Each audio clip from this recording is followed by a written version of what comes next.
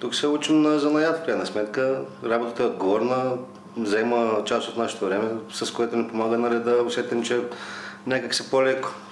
И същото време занимаваме с нещо отговорно и което може да ни послужи за напред. В моя случай аз възнамерявам да се занимавам с това и навън. Имаме някакви проекти с семейството ми и така нататък.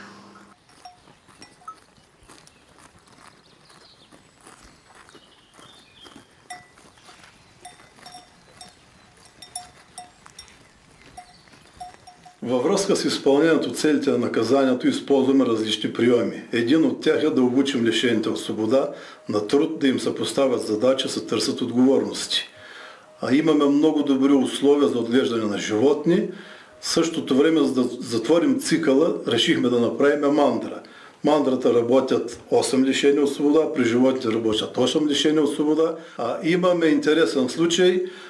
Лишен от свобода от Бургас, който беше тук 3 години, мина на обучение в мандрата, много добри показатели показа в производствените резултати. След като изтърпя присъдата, отиде в Бургас, направи си мандра и в момента работят 8 души при него.